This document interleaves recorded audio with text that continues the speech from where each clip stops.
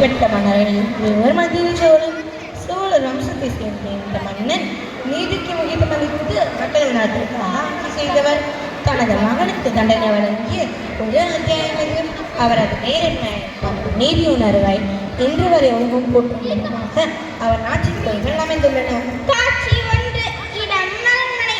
பங்கு பெற்றுள்ள கதைமாந்தர்கள் அரசன், அரசி மற்றும் அமைச்சர்கள்.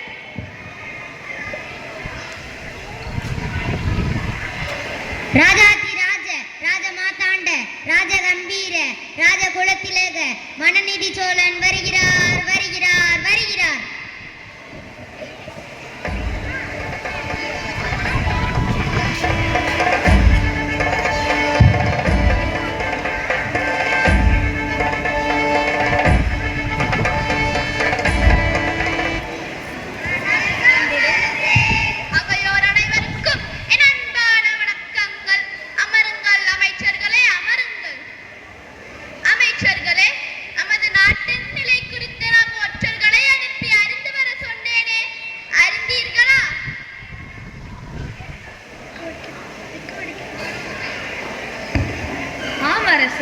நம் ஒற்றர்கள் நம் நாட்டின் 4 பக்கங்களுக்கும் சென்று நம் நாட்டின் நிலையை குறித்து அறிந்து வந்துள்ளனர்.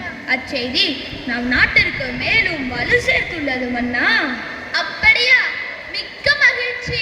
அமைச்சர்களே, அப்படி என்ன செய்திகள் நம் ஒற்றர்கள் கூறியுள்ளார்கள்? மகாராணியாரே, நம் மன்னன் குளிர்ந்தாட்சியால் திருவாரூர் வீதியெல்லாம் விழா போல பூண்டுள்ளது. எல்லா வீடுகளிலும் விருந்துகள் நடைபெறுகிறது மன்னா. அது மட்டுமில்லை மகாராணியாரே, சாதிகள் பல இருப்பினும் சச்சரவில்லை. குழந்தைகள் பெற்றோர் சொல் கேட்டு நடக்கின்றன. அது மட்டுமா மகாராணியாரே, கணவன்மார்கள் தன் மனைவிமார்களை மதித்து நடக்கின்றார்கள். அது மட்டுமில்லை மகாராணியாரே, நம் நாட்டு பறவைகள், விலங்குகள் கூட நீதி தவறாமல் வாழ்கின்றன. அப்படியா? நம் ஒற்றர்கள் நம் செவிக்கு இனிமையான செய்திதான் கூறியுள்ளார்கள். மிக்க மகிழ்ச்சி. அமைச்சர்களே, நமது நாட்டு மக்கள் எப்படி வாழ்கின்றனர்? அரசே, நம் நாட்டு மக்கள் என்னோட குறையின்றி சிறப்பாக வாழ்கிறோம் அண்ணா. அப்படி என்றால் நமது நாட்டு மக்கள் எல்லோரும் இறைவனின் அருளால் குறைவின்றி வாழ்கின்றார்கள் அல்லவா? குற்றமற்ற கொற்றவனே, என்றும் தாழாமல் தவறாமல் உங்கள் ஆட்சியில் ஏது குறை மன்னா? அது மட்டுமில்லை மன்னா, தாங்கள் நம் அரண்மனை வாயில் கட்டப்பட்டிருக்கும் ஆராய்ச்சி பணிக்கு செவிசாய்த்த நீதி வழங்குவதால் மக்கள் உங்களை குலதெய்வமாக வணங்கி வருகிறார். அமைச்சரே, அளவுக்கு மீறிய புகழுரை பெருமைப்படுத்தி பேசுவது நீர் ஒரு திறமைசாலி என்று அல்லவா நினைக்கிறேன். நான் ஒரு சாதாரண மனிதன். என்னை போய் ஒரு தெய்வத்துடன் ஒப்பிட்டு பேசுவது நியாயமில்லையே. அரசே, நீதியுள்ள இடத்தில் தான் தெய்வம் குடியிருக்கும், தெய்வம் உள்ள இடத்தில் தான் நீதி குடியிருக்கும் என்று கூறுவார்கள் பெரியோர்கள். அதன் அடிப்படையில் பார்த்தால் நீதியே நிலையாக கொண்டு ஆட்சி புரிவதில் தங்களிடம் தெய்வம் இருப்பதும் தாங்களே தெய்வமாக காட்சியளிப்பதும் தவறில்லையே. கண்ணை மை காப்பதிலும் மக்களை மன்னன் காப்பதிலும் ஒரு வியப்பும் இல்லை.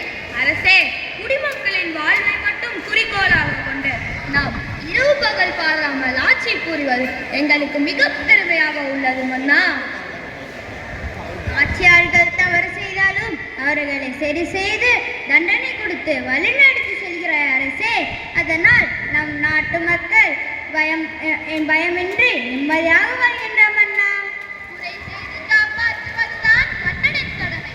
மன்னனே முறை தவறிவிட்டால் அறம் தவறிவிடும், நீதி இல்லாமல் மறைந்து போகும். அதனால்தான் நான் நீதியை காப்பதில் முழு கவனத்துடன் செயல்படுகிறேன். காட்சி 2 இடம் அரண்மனை. பங்கு பெற்றுள்ள கதைமாந்தர்கள் அரசன், அரசி, அமைச்சர்கள், தளபதி, ஒற்றன் மற்றும் இளவரசன். மன்னாரி மன்னா, வணக்கம். நம் இளவரசன் அனைத்து கலைகளையும் கல்வியையும் கற்று தம் தளபதியுடன் நம் அரண்மனைக்கு வந்து கொண்டிருக்கின்றார். அப்படியா? என் மகன் இதோ வந்து கொண்டிருக்கின்றார்.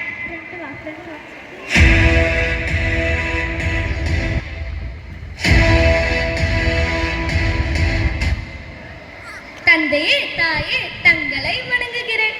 திரி விளங்கா என் அன்பு மகனே, வருக வருக. உன் வருகை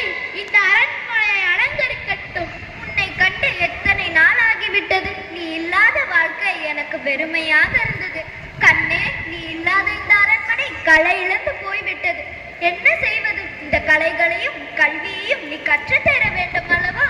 அதனால் தான் உன் பிரிவை கடினப்பட்டு தாங்கிக் கொண்டிருந்தோம். நம் இளவரசர் அனைத்து கலைகளையும் நன்றாக கற்று தெரிந்து விட்டார் மன்னா. குருவே அவரை போற்றி புகழ்ந்தார் அரசே. அது மட்டுமில்லை அரசே, அவர் வாள் போர், வில் பயிற்சி, குதிரை ஏற்றம் போன்ற அனைத்து கலைகளையும் சிறப்பாக கற்றுக்கொண்டார் அரசே. மகனே, உன் முகத்தில் சோர்வு தெரிகிறது. சற்று நேரம் சென்று ஓய்வெடுத்துக்கொள். ஆமாம் விதி விளங்கா, சற்று நேரம் சென்று ஓய்வெடுத்துக்கொள். என் நண்பர்களை எல்லாம் பார்த்து வெகு நாள் ஆகிவிட்டது. அவர்களை பார்த்து விட்டு வருகிறேன். பின்பு கோவிலுக்கு சென்று திருமாலை வணங்கி வீதி விழா சென்று வருகிறேன். அனுமதித்தாருங்கள் தந்தையே, தாயே. அப்படியா? ஆகட்டும். சரி, சென்று வா மகனே. விதி விளங்கா, நீ தேரில் செல்லும் போது மிகவும் கவனமாக செல்ல வேண்டும். உன்னால் மற்றவர்களுக்கும் மற்றவர்களால் உனக்கும் எந்த ஆபத்தும் நேராவண்ணம் கவனமாக சென்று வா. ஆமாம் வீதி விளங்கா, கவனமாக சென்று வா. சரி தந்தையே, தாயே, கவனமாக சென்று வருகிறேன். அவை களையட்டும். காட்சி 3. இடம் அரண்மனை. பங்கு பெற்றுள்ள கதைமாந்தர்கள் இளவரசன் மற்றும் தளபதி.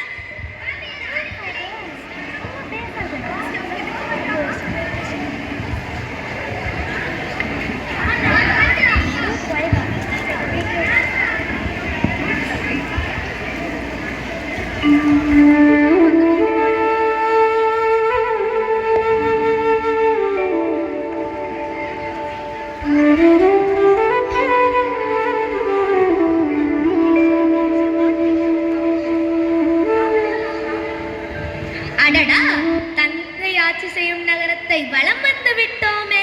இந்நகரம் நீர்வளமும் நிலவளமும் மிகுந்து காட்சியளிக்கிறது. இளவரசே, நம் நகரம் முழுவதும் நீர்வளமும் நிலவளமும் மிகுந்து காணப்படுகிறது. இன்னும் சற்று தூரம் பயணித்து பார்ப்போமா?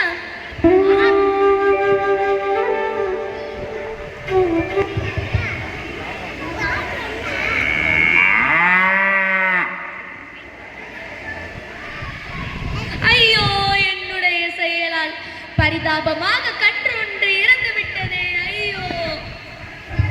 அடடா, இது கன்றின் தவறா அல்லது இளவரசரின் தவறா? இதுக்கான தீர்வை அரசரிடம் கேட்டு வருவோம். தன் மக்கள் தன்னை எளிதாகவும் விரைவாகவும் சந்திப்பதற்கு வசதியாக தன் கோட்டை வாயிலில் ஒரு ஆராய்ச்சி மணியை கட்டி வைத்து நீதி வழங்கி வந்தார். அந்த ஆராய்ச்சி மணியை யார் அடித்தாலும் பாரபட்சமின்றி குறை கேட்டு நீதி வழங்கிய நம் மன்னரின் ஆட்சியிலும் ஒரு சோதனை வந்தது. என்னவென்று பார்க்கலாமா? காட்சி 4. இடம் அரண்மனை. பங்கு பெற்றுள்ள கதைமாந்தர்கள் அரசன், அரசி, இளவரசன், அமைச்சர்கள், தளபதி, ஒற்றன் மற்றும் காவலன்.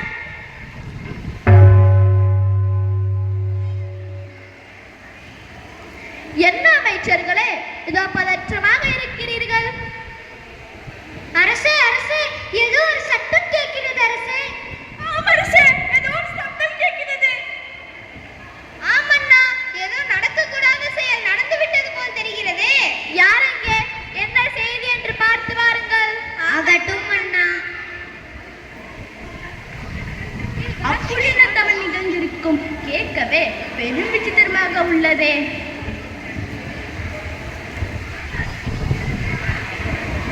ஆமண்ணா, ஒன்றுமே புரியவில்லை.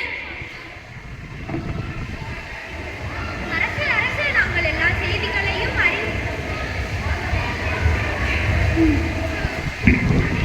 அரசே, அரசே, நாங்கள் எல்லா செய்திகளையும் அறிந்து வந்துள்ளோம். என்ன செய்தி அறிந்து வந்துள்ளீர்கள்? அரசே, அது ஒரு மனிதர் அல்ல, ஒரு மாடுதான்.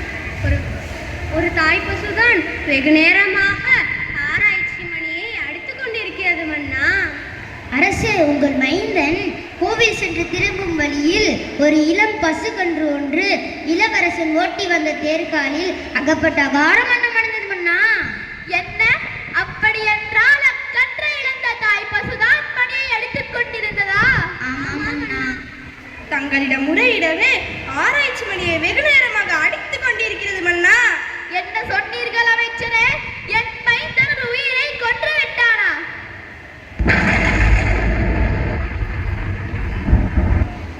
இதை கேட்கும் போது நஞ்சுண்ட மனோடலில் பாயும் நஞ்சை போல் உள்ளது.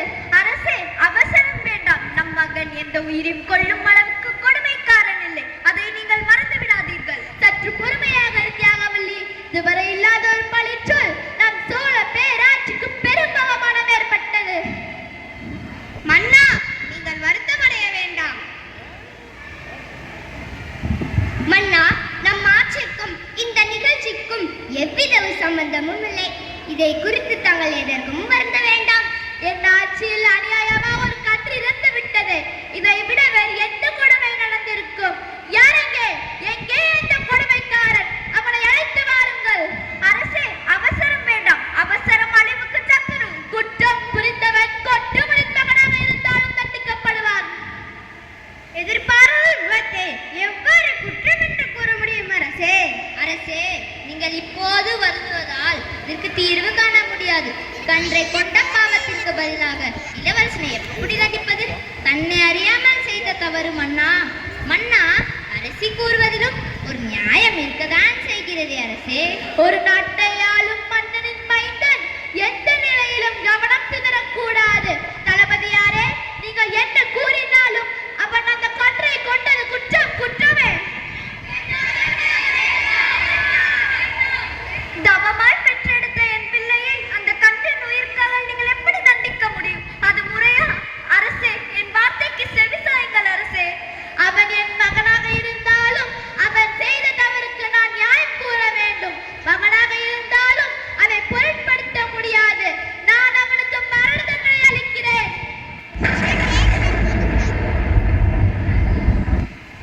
தளபதியாரே, இவனை கொல்லும் பொறுப்பை நான் தங்களிடம் கொடுக்கிறேன். எந்த தேர்காலில் அந்த கன்று இருந்ததோ அதே தேர்காலில் இட்டு இவனை கொல்லுங்கள். என்னால் முடியவே முடியாது அரசே. அதற்கு பதிலாக என் உயிரை நான் மாய்த்துக் கொள்கின்றேன். அப்படி என்றால் இவனை நானே கொள்கிறேன். என்னை மன்னித்து விடுங்கள் தந்தை. நான் கவனிக்காமல் தான் இந்த செயல் நடந்தது. ஆனால் நான் பொறுப்பேற்க தயார். உங்கள் ஆட்சிக்கு எந்தவித அவமானமும் சேர்க்க மாட்டேன்.